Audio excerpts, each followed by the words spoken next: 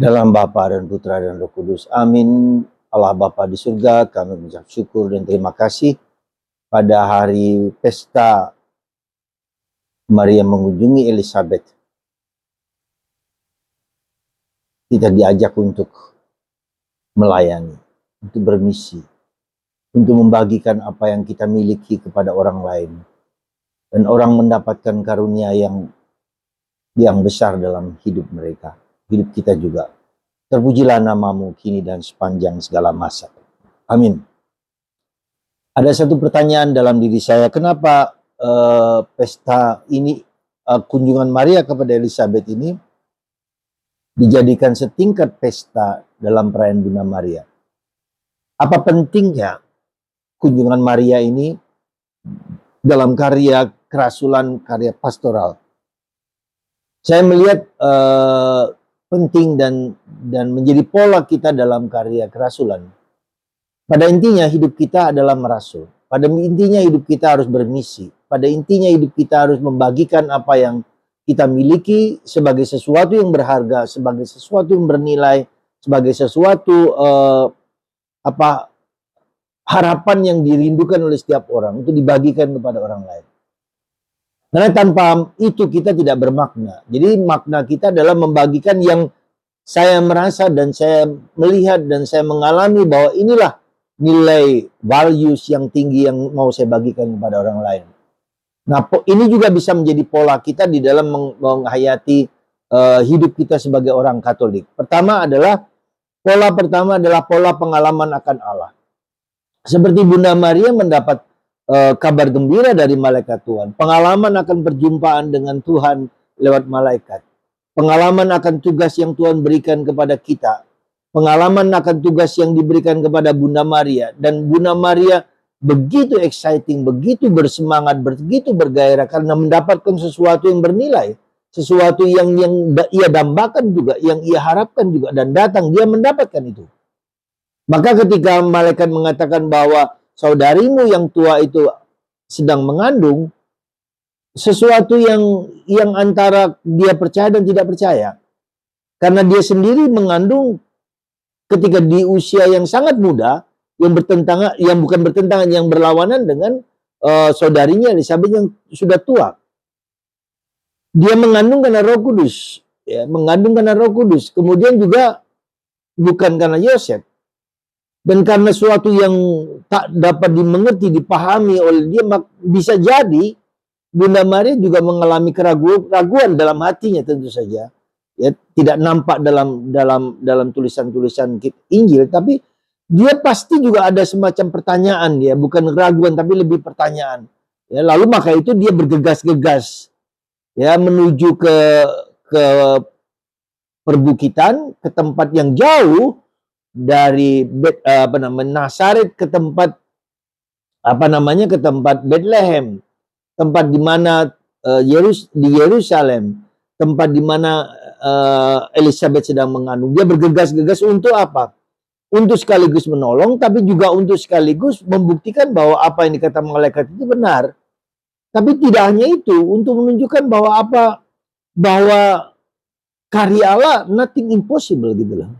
Kalau dia bisa mengandung karena Roh Kudus bukan karena seorang lelaki, dan wanita yang tua itu juga bukan karena mungkin bukan karena suaminya Yoakim, bukan juga. Nah, itu kita bisa ingatkan kembali pada peristiwa apa? Peristiwa janji Tuhan kepada Abraham dan Sarah yang sudah tua. Ya, coba lihat, Sarah yang sudah tua dan Abraham yang sudah tua mengandung seorang anak yang akan melahirkan Ishak.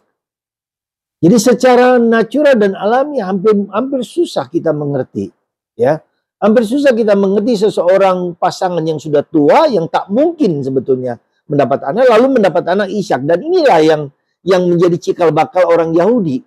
Ya, jadi kita bisa melihat bahwa Tuhan, ya, bisa menciptakan sesuatu yang dari dirinya sendiri, bukan karena kodrat manusia. Nah, hal yang sama dengan Elizabeth dan Yoakim, ya.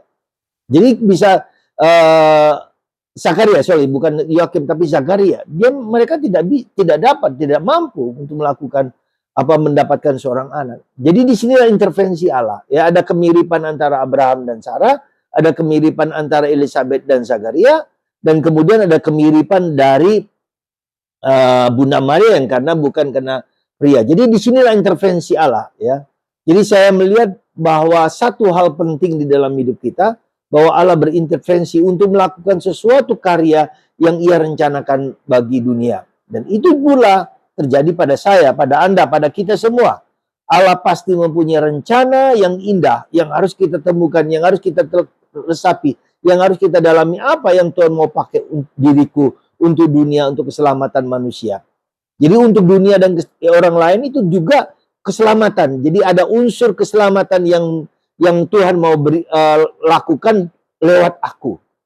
Jadi itu pola yang pertama yang harus kita sadari.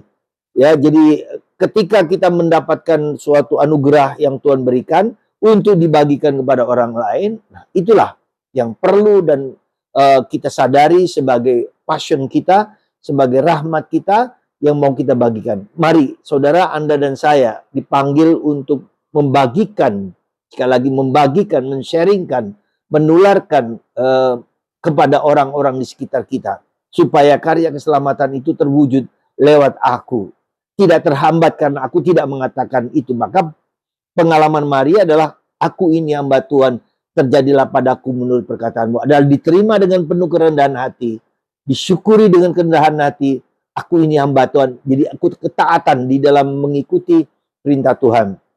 Maka mari saudaraku terkasih dalam Kristus, seperti misal saya, ya, apa yang Tuhan mau berikan kepada saya? Dunia formasi, dunia pendidikan, sesuatu yang saya geluti sejak saya tabisan sampai sekarang.